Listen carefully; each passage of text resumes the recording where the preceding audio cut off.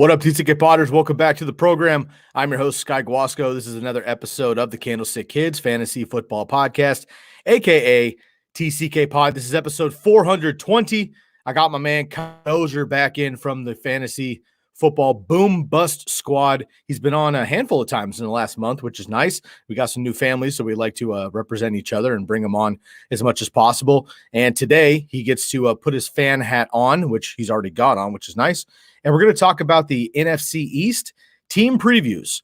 Bobby is going to handle the Eagles and the Giants with a special guest. And my man Kyle and I are going to handle the Dallas Cowboys and the Washington football team.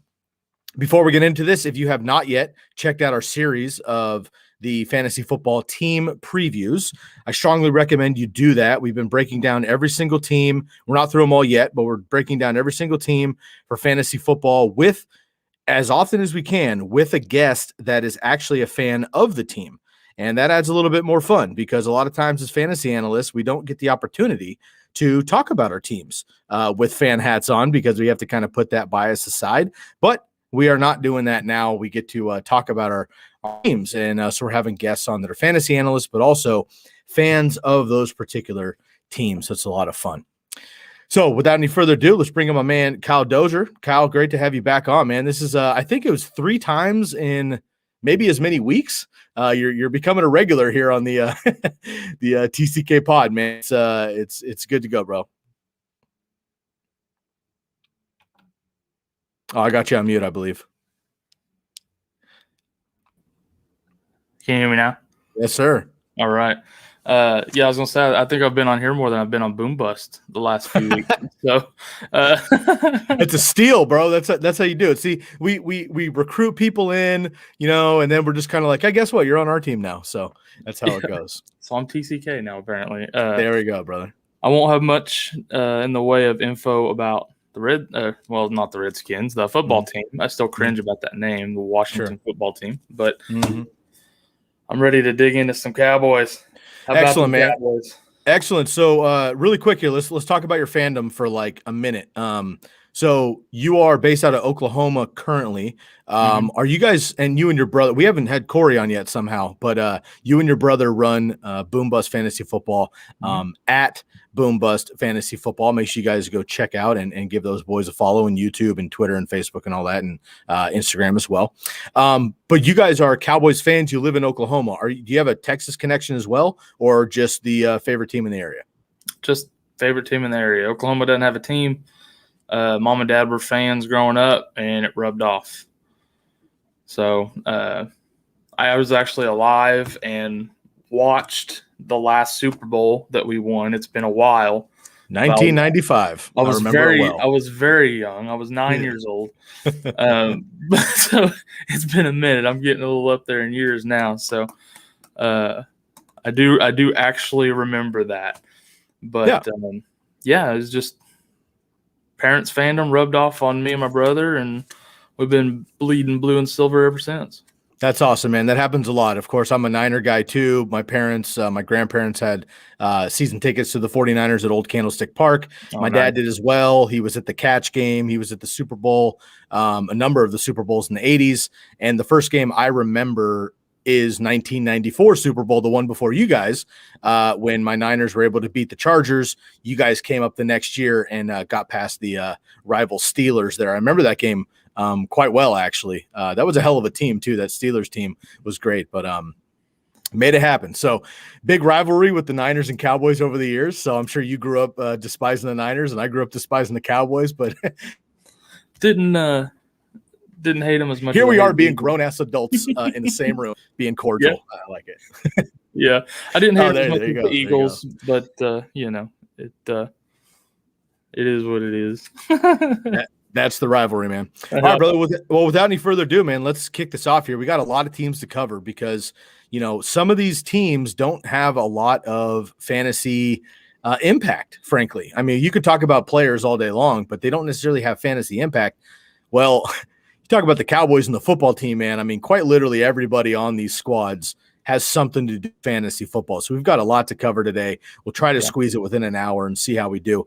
I'm going to let you kick off, my man, with your Cowboys and with Dak Prescott. Of course, last year goes down in week 5. He was absolutely on fire before that, but he's back now. It looks good. Had a little bit of a twitch in practice the other day, a little shoulder back issue, but I think he's going to be just fine. How do you feel about Dak Prescott this year? And we'll just kind of do it position by position. Throw down Dak. I'll reply to you. We'll get into Zeke, and we'll just kind of move down the ladder there. Yeah, so Dak was on pace for a ridiculous season last year when he went down, which broke my heart. It broke everybody's heart because you're in fantasy now too, man. I mean, I had him on a few teams. It was brutal. I was in shock when it happened. I couldn't believe it actually happened because he was playing so well. But so yeah, he was on pace for record yards, record completions. I mean, he was on pace for almost 6,000 yards. Mm-hmm. It was ridiculous. Fewer rushing than his high, but he only really rushes when he needs to. He doesn't rush that often because they throw so dang much. But with Amari Cooper and CeeDee Lamb and Gallup, who needs to run, right? Right. But going into this year, he looks healthy. Like you said, he had that little bit of an arm issue, some soreness. Was it yesterday in practice, and they pulled him. And nobody's concerned about it, so he'll be back in a couple of days probably. And it's probably just a lack of activity over the last year, Right. But this year, fantasy-wise, I have no concerns whatsoever about his health or about that leg.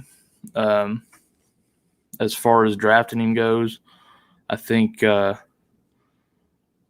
going to finish in the top 3 of fantasy quarterbacks. If you look at all the weapons that he's got down there, not to mention that offensive line is way better pass protection when healthy. Mm-hmm. Than run blocking line, but the key there is keeping them healthy. Some of those offensive linemen are getting a little long in the tooth and having it harder. Tyron Smith, I think, misses a couple of games every year. Last year, he missed a huge chunk of the season. Zach Martin missed a chunk. La'el Collins missed the whole season. Of course, Travis Frederick retired. And so they struggled last year. Right. So even after Dak went down, the line going down didn't help matters for Andy Dalton and the other hodgepodge of guys we ran out there when he got hurt. Yeah. I think we just picked someone out of the front row and said, "Hey, you're quarterback tonight." Yep. Yeah, it was impressive what the Cowboys were able to do. Even when Dak Prescott went down, they were still 9th in overall offense. They would have been first if Dak kept that pace, obviously. But they ended up 9th, even with down in week 5 there. You mentioned he was on pace for about 6,000 yards. And you see two different metrics. We look at that number because some people will count the game 5 when he got hurt, and that's about 5,900 yards. If you just shut it down at week 4, before the half game in week 5, he was well over 6,000 yards on average before his injury. Peyton Manning has the record for most pass yards in a season, and Dak Prescott was on pace to shatter it by 1,300 yards. Obviously, that's insane because we're only taking about a 4.5. Yeah, we're only taking about a 4.5 game sample size. So it's ridiculous to even talk about these numbers, but it just puts into perspective how incredible he actually was. 371 pass yards per game last year is 30 more pass yards per game than Drew Brees and Peyton Manning have as the current NFL record at about 343 per game, which is absolutely phenomenal. So again, it's hard to say that he would keep that pace, but the reality is they didn't lose any pieces, right? Like Jarwin's coming back, Dak is coming back, Zeke has trimmed down. You mentioned the offensive line; those guys are getting healthier this year. Tyrone Smith is down at 308. Now, look for a everyday human being, 300 pounds is a big person. For an NFL lineman, that's tiny. I mean, this dude is like shredded offensive tackle, which you just don't see very often. So they're in very good shape. They're getting healthy. I expect a huge return from Dak Prescott in this offense overall. And of course, we'll talk about the rest of the guys here, but I also do not have any issues drafting him as a top 5 quarterback. And I agree with you. If Mahomes or Allen or Kyler or Lamar, any of those guys up at the top slip, and Dak stays healthy, he could absolutely be top 3 and frankly number 1 overall because he was on pace for that last year. Agreed. Yeah, I would draft him number 4 behind Mahomes, Allen, and Murray. Yeah. I'd take him right after that. I'd take him ahead of Lamar. Okay, I like that. I still have Lamar ahead of him because the rushing is so ridiculous with him, and I think the passing gets better. But Dak is right there; he's right above my boy Herbs. But yeah. I agree there. All right, man. Let's move it on to big man Zeke. Oh, bro, Zeke. Last year when Dak went down, something happened, I guess, to Zeke mentally. I think he just shut it down. He quit caring. He shut it down. And then he started wearing sleeves for some reason. So he's fumbling the football all over the place. I don't know if that's the reason, but that's what I'm giving it. Corey agrees with me on that. He thinks it was the sleeves, but had some fumbling issues he's never had before. He did come back. He missed that one game that Pollard played in. And then he came back in that last week and just tore it up. And it was like, okay, he needed competition. Someone came out and made him look bad. Now he's coming back and trying to make that. But I don't know what kind of pictures you've seen of him this offseason, but boy is shredded. Mm-hmm. Feed Zeke. They've been feeding him protein and nothing else. I was gonna say, I don't think they're feeding him much, to be honest. Not yet, anyway. They're feeding. I don't know what they're feeding. Maybe they're saving all the snacks for game day. How about that? Maybe, yeah. He gets his orange slices on the sideline. Yeah, I'll feed you on game day, but not until then. Yeah, you gotta earn that first. But yeah, dude, I think he's gonna be.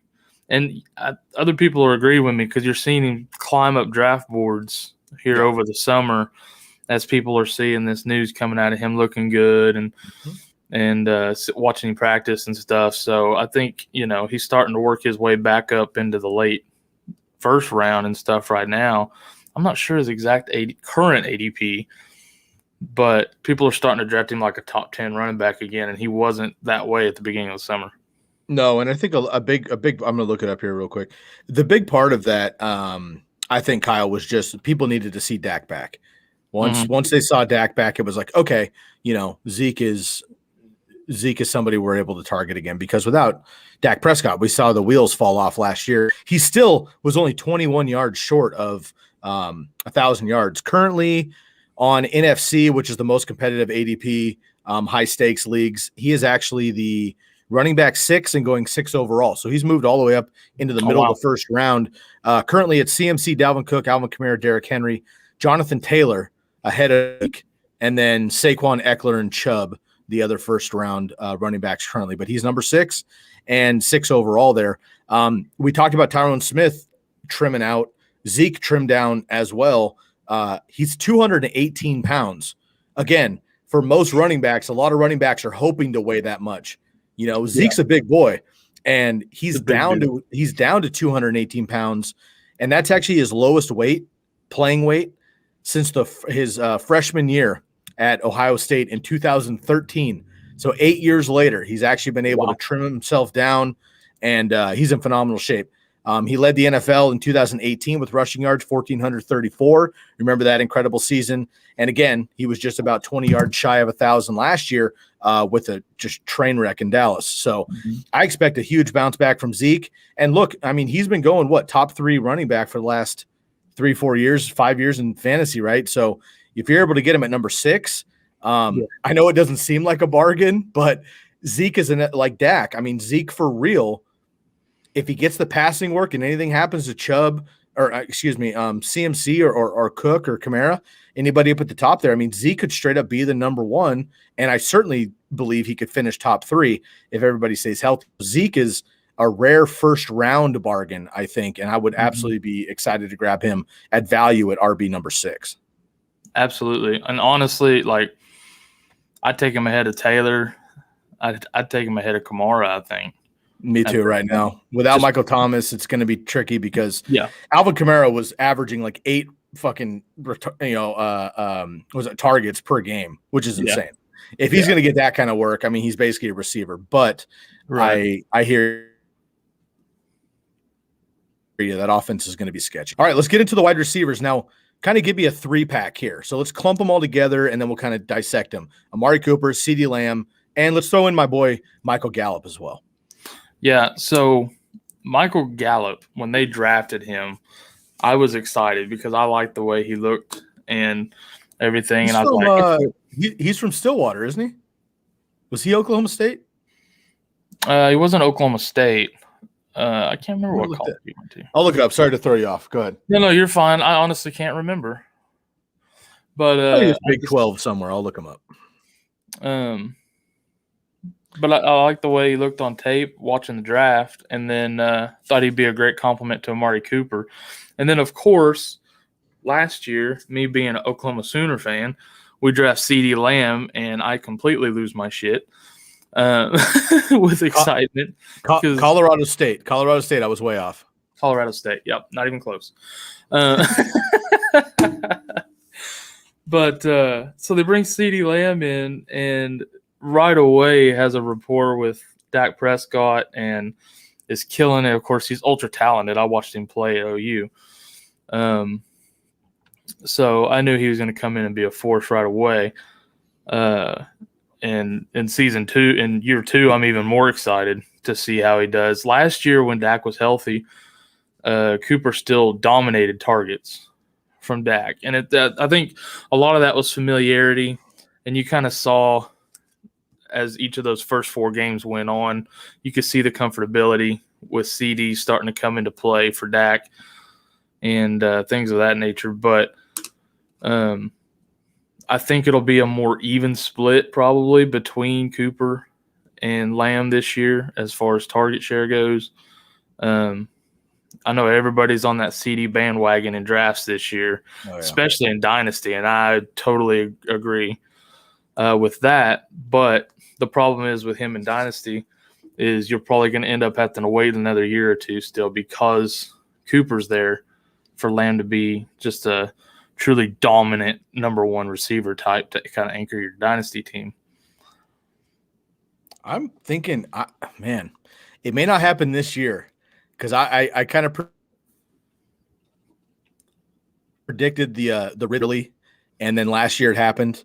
I mean, that was due to injuries as well with Julio, and I think he's going to be fine in Tennessee this year. But it may not happen this year, man. But I believe this year or next, I think CeeDee Lamb takes over the number 1 for Dallas. I really do. I just think he's that talented. Amari Cooper's very talented, and he's not that old. I mean, he came in the league at 20 years old, so he's still not that old. But he's got these foot issues, man, and they really bother me. Like, he has huge games. I mean, every year he seems to have one game where he goes 200 yards and 2-3 touchdowns.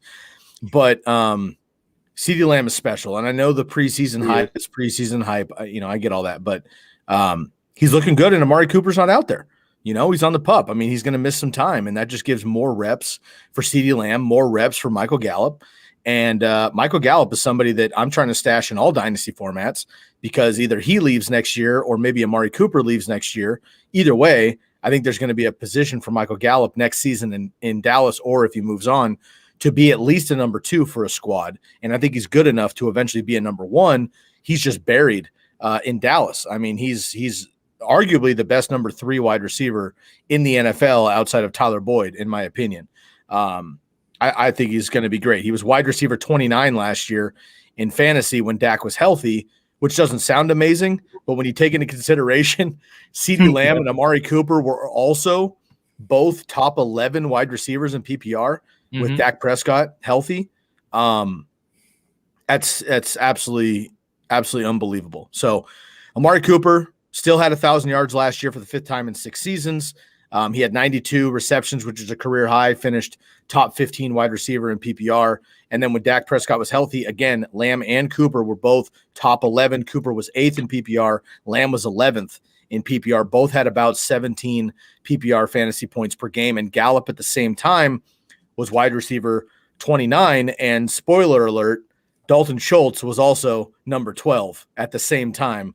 And Zeke was crushing it as well. So this offense, I know it's insane numbers to project over a full season, but there's nothing that tells me that they're not going to try to do that again, other than they weren't winning many games. That was the issue in Seattle. Seattle wasn't winning games when they were letting Russ cook, so they shut it down, and then they turned it over, and DK and Lockett disappeared.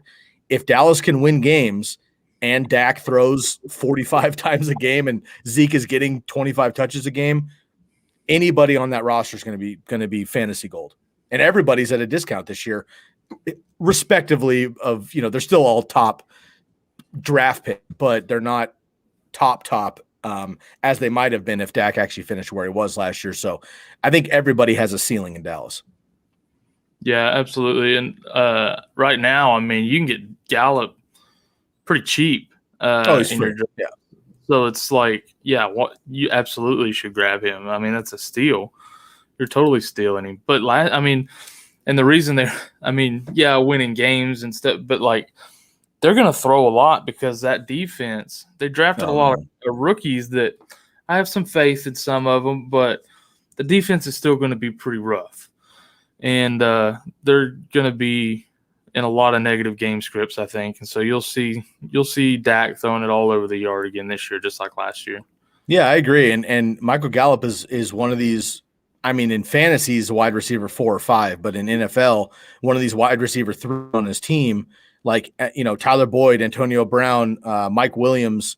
He's a number 2 on his team, but like in fantasy, like some of these guys in the 8th, 10th round that I think have wide receiver 2 upside, and per usual, if anybody goes down ahead of them, they could really make some steam. So I'm excited to have. I said it last year, and I was right until week 5.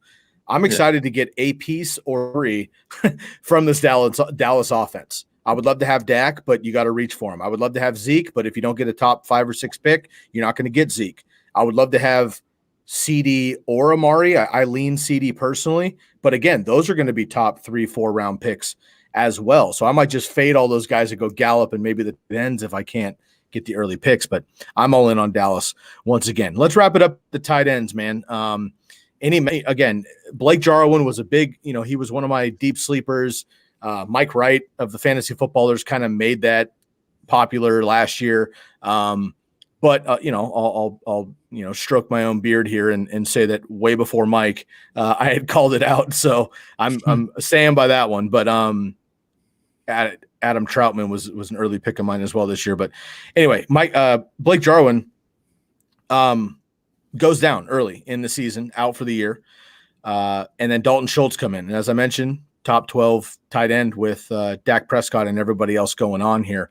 How do you feel about the tight ends this year? And is there even room for a tight end? And not only the tight end, but now if Jarwin's healthy and Schultz is still good, they got 2 of them, right? So there's 1, 2, 3, 4, 5. There's 6 mouths to feed and Dak Prescott in Dallas. I think there's enough targets to go around. Dak loves his tight ends. He throws to his tight ends like crazy. So I don't think you'll have an issue with tight ends getting targets. I think the issue is, like you said, there's 2 of them that are both viable pass catchers. I think they'll lean Jarwin more pass catcher. He's a little more athletic than Schultz, but I think Schultz last year definitely earned some playing time there, but I don't think you'll see either one of them finish in the top 12 again. Fair enough. If there was only one of them, do you think that they would finish top 12? Yeah, I think Jarwin could be top 10 if it was just him again with Dak. I think some of those numbers could have been inflated last year. Backup quarterbacks tend to lean on their safety blanket tight ends a little bit more too. Mm-hmm. So some of that could have been inflated because of that, where you saw the numbers for Cooper and CD going down. But yeah, I don't think either one of them will finish in the top 12 this year. Fair enough. Mike McCarthy has never had a tight end, finish with a rank higher than 8th in fantasy. So Mike McCarthy coached a long time with the Saints way back in the day. He coached with the Packers, obviously, all those years, and then with the Cowboys. He's never had a tight end finish top 8 in fantasy football.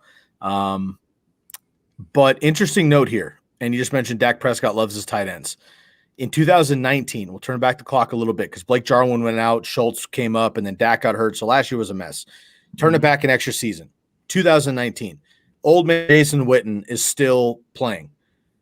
Jarwin is kind of coming up on the scene. Jason Witten finished the season, came out of retirement, and finished the season tight end 11. Came out of the booth and finished tight end 11 in that offense with Dak. Blake Jarwin also finished tight end 28 on the season. If you put their PPR fantasy points together, which I know is rough to say, but just the volume that could happen to the tight end position with Dak Prescott in this offense, if one of those guys is the guy, it was a combined 225 PPR fantasy points, which would have been number 2, just ahead of George Kittle and right behind Travis Kelce. So I'm not saying that the Dallas Cowboys tight end will be a top 3 tight end. What I'm saying is the volume is possible. And Jason Witten, who literally can't run and just ran a 5-yard curl his, final 5 years of his career in touchdowns, and kind of Blake Jarwin, finished with a total of the number 2 fantasy tight end in fantasy points. So, again, don't hear what I'm not saying, but there is volume there. I'll hear that, and I'll raise you they hadn't drafted CeeDee Lamb yet. Yep, true. They have not. They did not, and they. I agree with you. But at the same, again, look, we're talking number 2. That was like best case scenario. They could fall. Say they fall 2-3 touchdowns. I don't know. 15, 20 receptions. No big deal. They could still be tight end 8, and Blake Jarwin and Schultz basically aren't even drafted in redraft leagues right now. So, why not give them a shot? And that's a good late round pick there. Awesome, man. Anything to add for your Cowboys before we move on here to the Washington football team? No, I think we pretty well covered it all. Get your hands on anybody you can out of this offense and sit back and watch them roll. For real. Love that. All right, buddy. I'm going to pay some bills here real quick, and then we will come back for the Washington football team. Why don't you take a quick water break, and I'm going to get through some sponsors, and then we'll get into the football team. All right. All right, ladies and gentlemen, you know how we do this. I want to give a shout out to our sponsors of the program. Let's kick it off with Bomb Banana Hot Sauce. 10% off of your order. SeekTheSpice.com. That's Bomb Banana Hot Sauce, banana-based, not banana-flavored. Bobby had a taste test on air the other night and loved it. He got the full approval when he was on with our boy Fantasy Advocate. And then we had Josh McDonough, our good friend from the Commish FFP, come on, and he and Bobby shared a bottle as well. And Josh went and had an order too. So make sure you go out and get yourself some unique, delicious, banana-based, not banana-flavored hot sauce. SeekTheSpice.com. Promo code TCK for 10% off. You got the white label, which is the nice and mild. That's what I prefer. And the red label, the muy muy, for those of you that enjoy the spice. Bomb Banana Hot Sauce, banana-based, not banana-flavored. SeekTheSpice.com. Next up, we got the Jersey Jungle. Ladies and gentlemen, I rep this relentlessly. I just put in a new order kickoff. I got some fresh jerseys on the way. I can't wait to reveal those to you all. Go to the Jersey Jungle on Instagram. That's where they handle their business. The Jersey Jungle. Use the promo code TCK to receive 10% off of 1 or 2 jerseys, 15% off of 3 jerseys. An NFL.com jersey is $120. Okay, it's about $160 if you get any customizations on there. You can go to Jersey Jungle, get the same jersey for $65 at cost. Use the promo code TCK and get 10 to 15% off of that as well. So you can pretty much get 3 authentic stitch and twill jerseys of any sport you like and pretty much any player for the cost of 1 jersey on NFL.com. Go check them out. The Jersey Jungle on Instagram, and TCK is your promo code for 10 to 15% off. And finally, Red Zone draft boards. Those of you that are getting into Fantasy Football Expo coming up, there's going to be tons of drafts out there. Roll up to the expo, have a draft board in hand, draftwithredzone.com, TCK, 10% off. And here is the list of things that you're able to get. 3x5 draft board, 14 teams, 20 rounds eligibility, 440 player stickers, quarterbacks, running backs, wide receivers, tight ends, DSTs, kickers, you name it, it's in there. Customized graved ring case. So you have the ring and the case. That's about $50 by itself. We're talking, $60 for this package right now with the promo code TCK. You get a last place sign if you want to talk some smack. You get exclusive fantasy points cheat sheet. So you get fantasy points, PPR, standard, half PPR, top 200 PPR, whatever it is. Redraft, dynasty, they got them all for you. Printable sheets at fantasy points. You get those as well. And then you get wall draft pick order stickers as well, so you can flip those around. And every draft board that is purchased, $5 of that goes to donations to help kids play sports. I'm all about youth sports. I've been involved with youth sports for 20 years in my personal life, and I'm very passionate about that. So $5 from each draft board that gets purchased goes to help youth play sports in your local communities. Once again, that's draftwithredzone.com. Red Zone draft boards. Use the promo code TCK for 10% off. All right, Kyle, we'll get you back in here, buddy. When was the last time you did a live draft with the board and everything? Everyone took it off for COVID, last year, but I had a home league that did it 10 years in a row. We're getting back to it this year. When was the last time you did a live draft, my man? Oh, man. It's been a while. Probably 6 or 7 years. The one we used to do it in my work league, we started going to kind of a like a war room style in our boardroom. Nice. Where everybody just has their laptops. And it's kind of funny, too, because every time somebody's picked, you hear somebody else's, cue do that little whooshing sound when they're Yeah. Yeah. But, dude, I haven't done stickers in a while. It was fun, man. I kind of miss it. Yeah, and what's fun, and Bobby brings this up, and I agree with him, because my home league, we have our laptops out, too, for research and everything, right? Mm-hmm. But what we still use the live draft board because it's fun to go pick up your pick, dude. Find your guy, go up there, get the sticker, put it on there, get the draft reaction. Half the room's like, "Oh, dude, that was my dude," and the other half's like, "Oh, that guy's terrible," blah blah blah. Right? Uh-huh. You got your confidence. You go up and then I like looking at the board like it is, color coded. So you're like, okay, that means a quarterback. That guy went DST in the 8th round. It's fun to look at it that way. And then we just input it electronically on our websites as well in real time. So we don't have to do it later, but you can do the live draft in person. So love the Draft Zone, Draft with Red Zone boards right now. And they got 40% off for the next 3 days to end August. So go hit up draftwithredzone.com and tell them TCK sent you. Okay, buddy, you broke down the Dallas Cowboys. Now it is my turn for the Washington football team. I'll get into Ryan Fitzpatrick right away. Came in from the Miami Dolphins. 2 years ago, comes into Miami and does really well as a starter. Last year, they draft Tua, of course, 5 overall, and they do this we're not going to play Tua because he's not ready. And then, oh shit, we got to win games because Fitz is fun, but he's not winning games. So they put Tua in, and then they go, oh shit, Tua's not ready. So they take him out. Then they put Fitz in, and he throws 3 picks in the game. So they bench him and put Tua back in. It was an absolute mess. Disaster. The one thing I hope the 49ers don't do this year, and I'm not a huge Jimmy Garoppolo fan, but I'm rooting for him, of course. They cannot, if they put Trey Lance in at all outside of an injury, they cannot take him out. They cannot do that with rookie quarterbacks. You put your rookie in outside of an injury, you have to commit. You can't play that yo-yo game. I just think it messed with Tua last year and he couldn't get comfortable. And he said it after the season with the playbook and all that. Yeah. Of the 7 games last year that Ryan Fitzpatrick started and finished, he threw for 300 plus yards in 3 of those, which is solid. And he threw for less than 200 in the other 3. So he is terribly up and down. Now he's got much better weapons than he did last year in Miami, which we're going to get through, of course, and very little QB competition. He's got Tyler Heineke, Kyle Allen. I'm not worried about either one of those guys. In the past 2 seasons with the Dolphins, Fitzpatrick has scored at least 20 fantasy points in 12 of his 14 starts.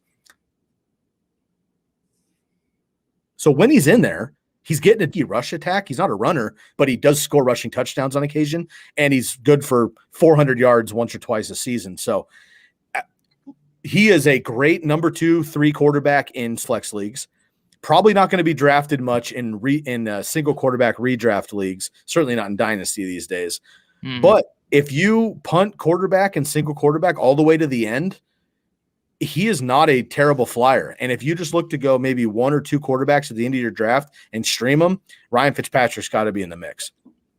Yeah, I think he'd be a really good streamer to pair with another guy and just play matchups with. But that inconsistency is kind of why he's been a career journeyman too. Nobody's ever really committed to him as their franchise guy, is because he is, 400 here or less than 200 here kind of guy. But, they don't call him Fitzmagic for nothing. So he'll have some games in there against really good matchups where he's going to light it up for you.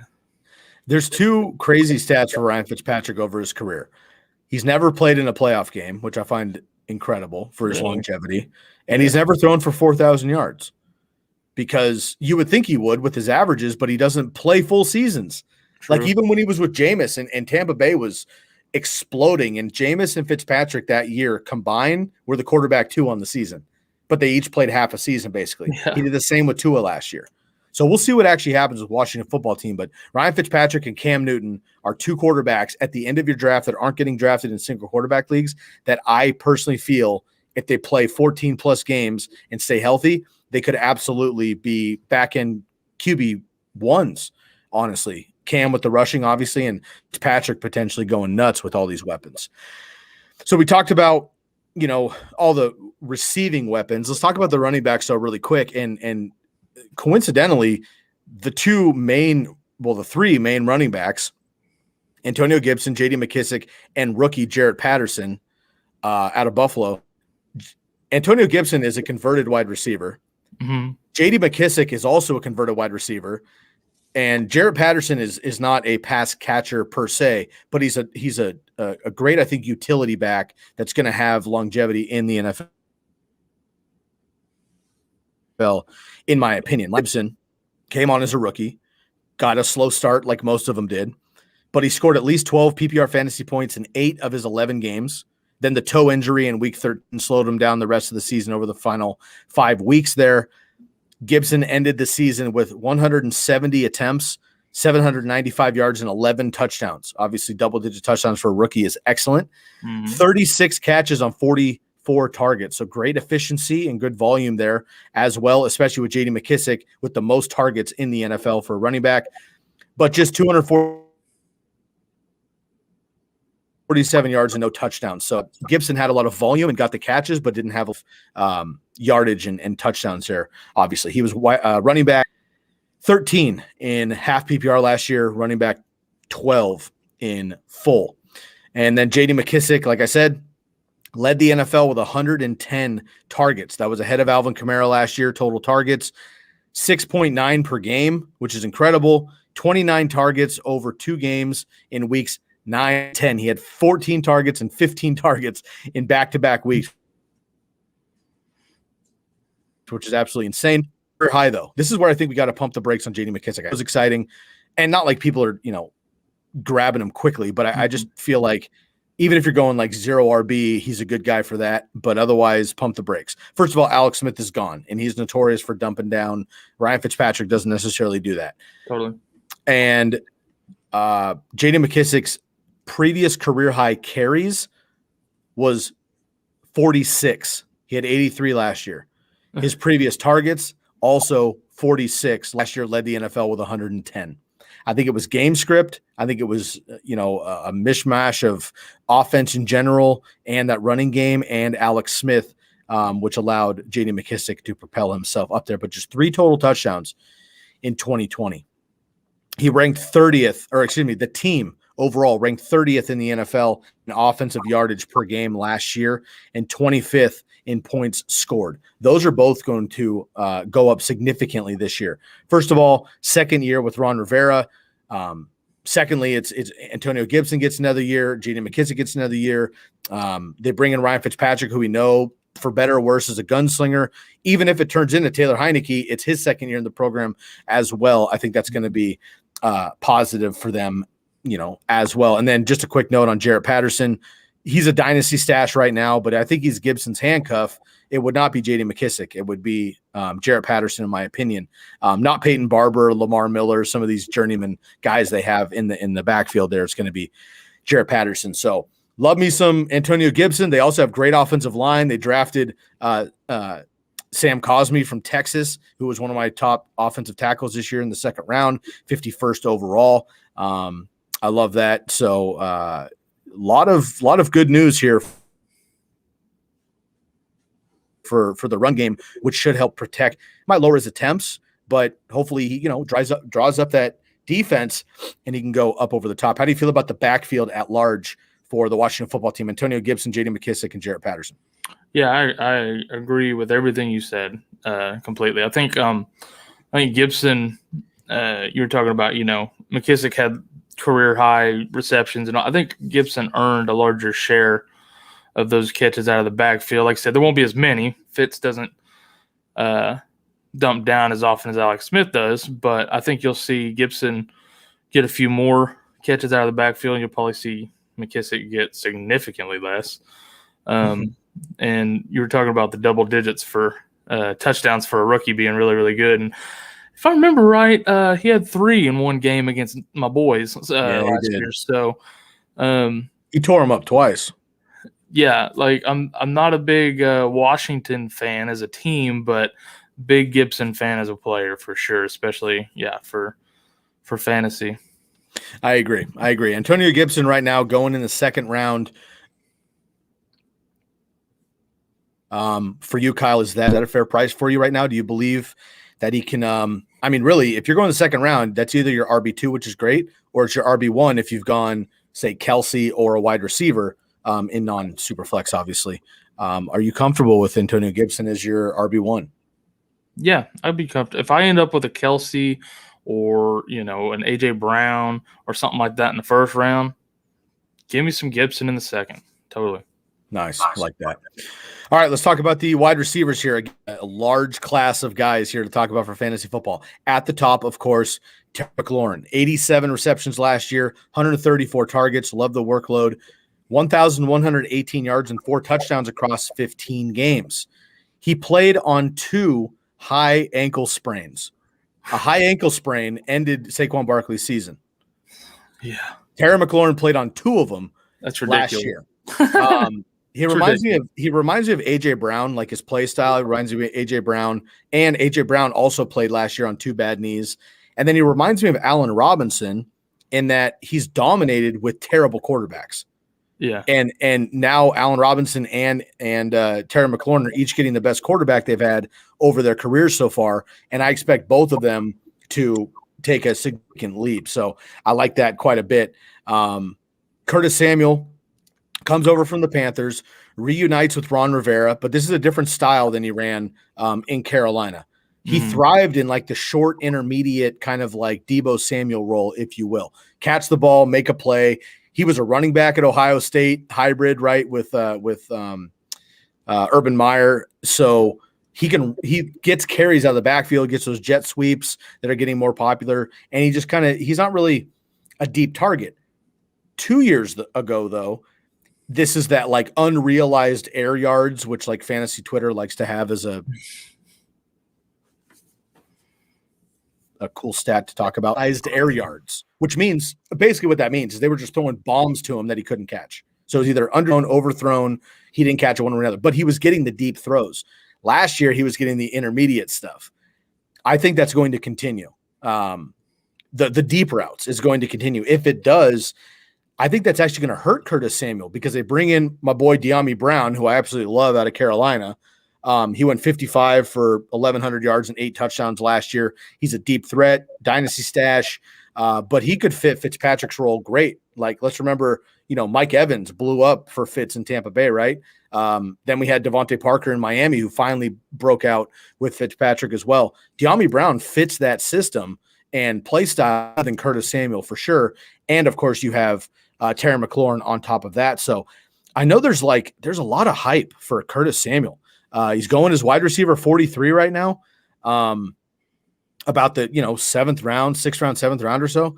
But personally, I'd rather have Deebo Samuel, Brandon Cooks, Jerry Jeudy, Mike Williams, and Antonio Brown going in that same range, and most of them going after him currently. So I'm pumping the brakes on Curtis Samuel. Love Terry McLaurin. Love De'Ami Brown, although we'll probably have to wait for him. And another name just to throw out there because there's a lot of preseason hype, Adam Humphries. I don't expect a huge role necessarily for fantasy, but he's kind of a poor man's, PPR guy, someone who might get, 7-8 targets per week. He gets a significant role, comes over from the Titans, but before that, he was with Fitzpatrick in Tampa Bay.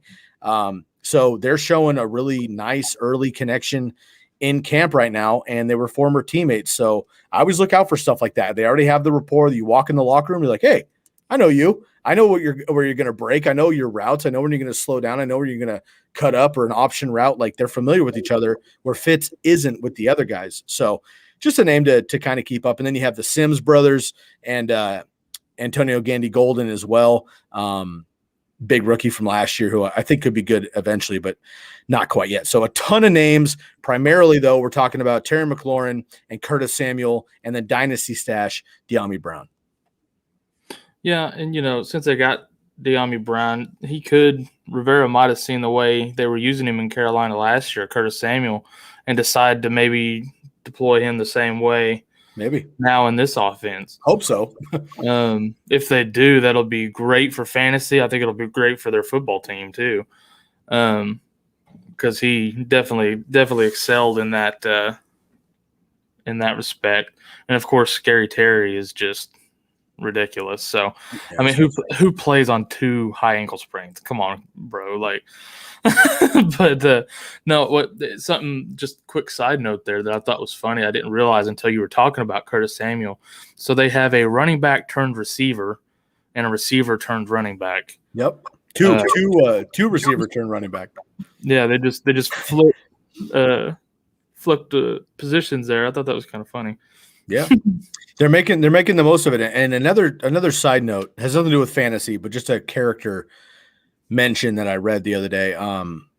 Terry McLaurin, we talk about playing on his 2 high ankle sprains, and people are like, dude, like, why wouldn't you sit out, or why didn't you get help or miss game or whatever? And basically with Alex Smith going through literally almost losing his leg in his life at one point, and then trying to resurrect his career, and the comeback story of all time, frankly, in football, that happening while Ron Rivera is battling cancer during the global pandemic of coronavirus. Yeah. All of these things are happening, plus other injuries on the team and such. Again, Antonio Gibson had his issue. They had offensive line issues and things like that. All of those things happening. Terry McLaurin straight up said to a reporter that I read, the guy was like, hey man, you had bad ankles. Why don't you shut it down? You're a young player. Don't jeopardize it. And he was like, man, I felt like I had the least to complain about in that locker room.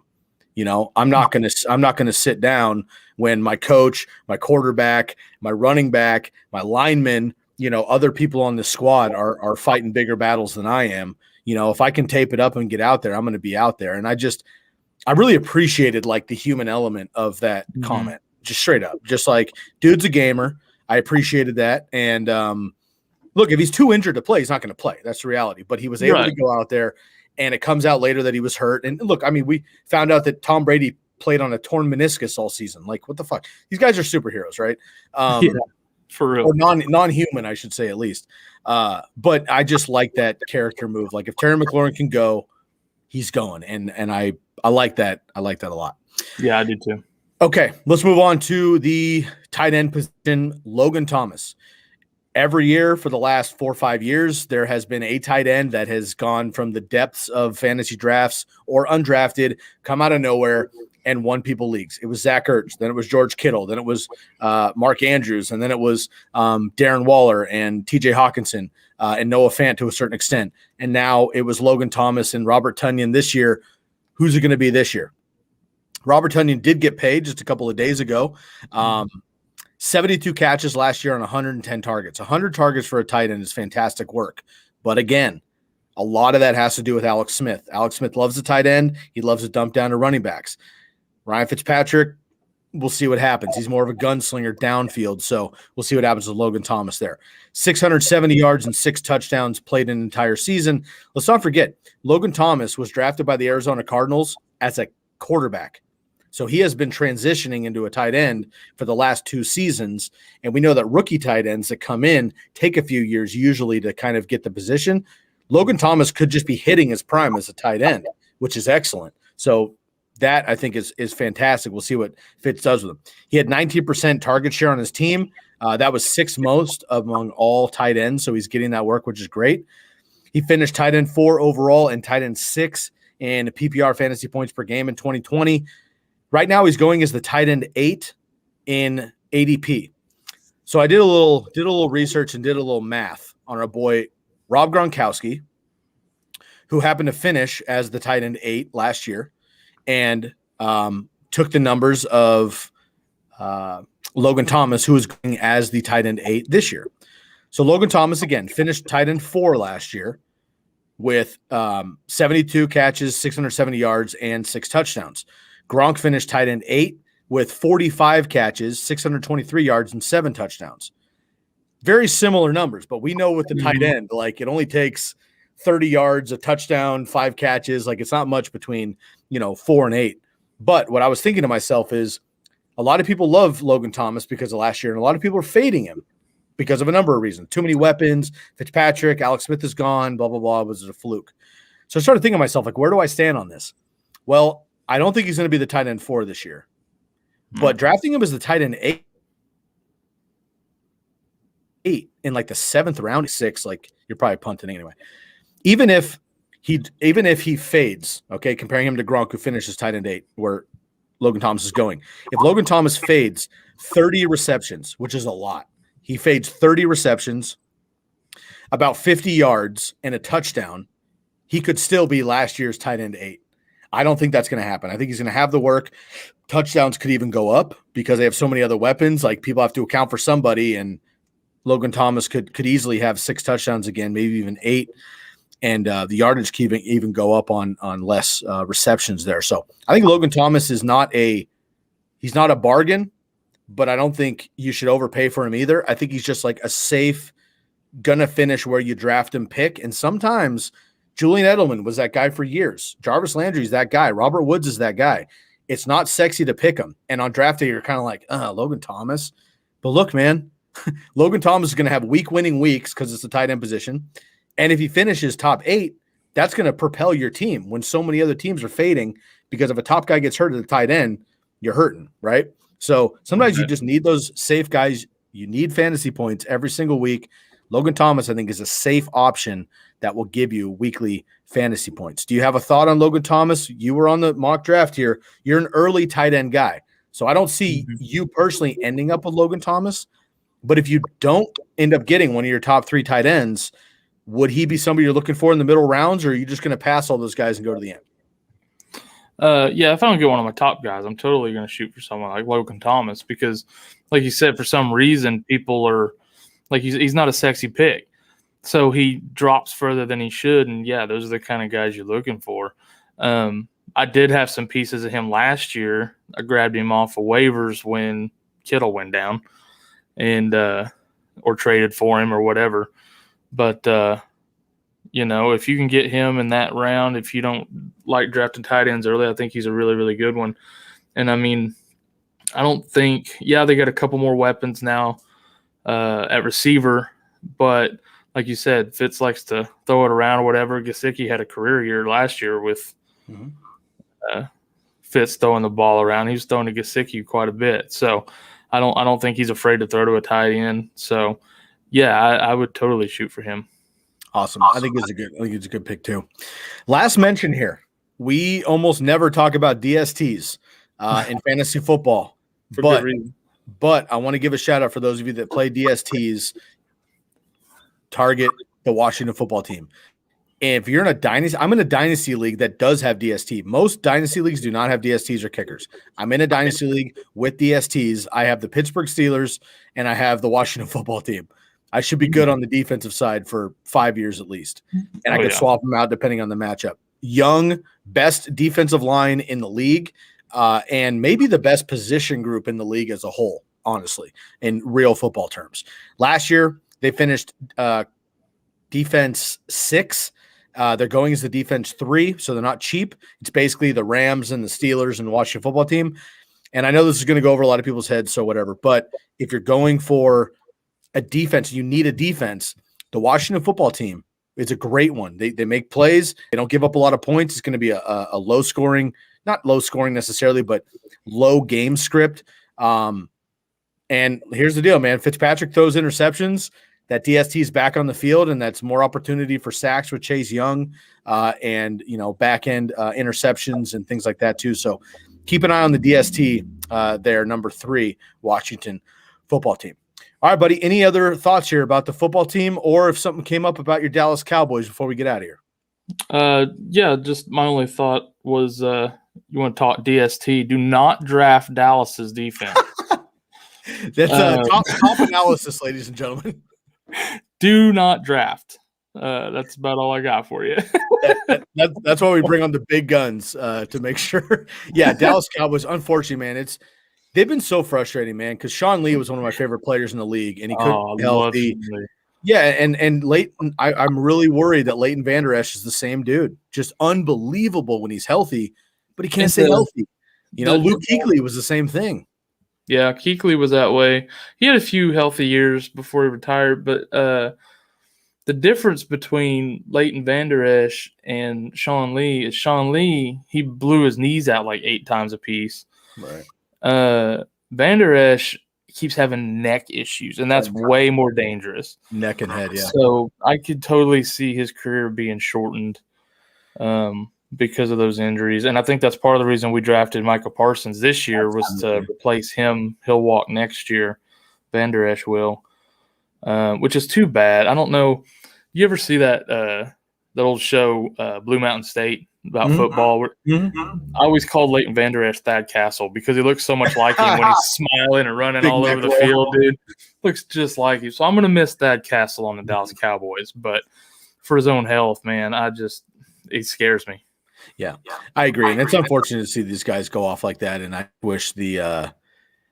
just wish the NFL could turn off injuries for one season, man. It would be just one season. If everybody could stay healthy, because every year we're like, this guy would have been good if he stayed healthy, or this guy wouldn't have even been a thing. Like, I don't know.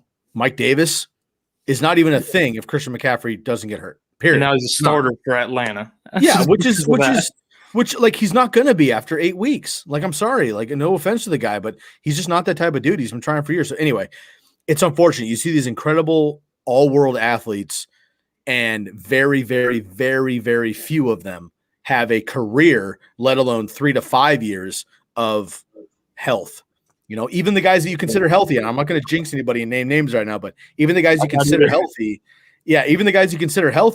miss a game here, miss a game there, sit out a game here, shut it down because you might get an injury because you felt something last week. You guys got, guys coming off the field all the time. It's really frustrating. I just wish we could see all of our crew just going ham for 1 year and see where these numbers actually get, because that would be absolutely, absolutely incredible. Kyle, man, it's been a pleasure once again. I appreciate you coming on. We got to get Broski on here. Corey will be on eventually. My man's doing other things. Again, we've been teasing each time, so I'm just going to tease but not tell. You guys have some great things cooking behind the scenes. Very excited about that. Hopefully coming out maybe next month if we're ready to go before the season. But I'll just kind of leave it there for the TCK Potters. I'm very excited to be a part of what you guys have going down. Before we get out of here, man, please let the TCK Potters know where we can find everything Boom Bust. Yeah, so I'm on Instagram at Boom Bust Fantasy Football, Twitter I forgot what my Twitter is.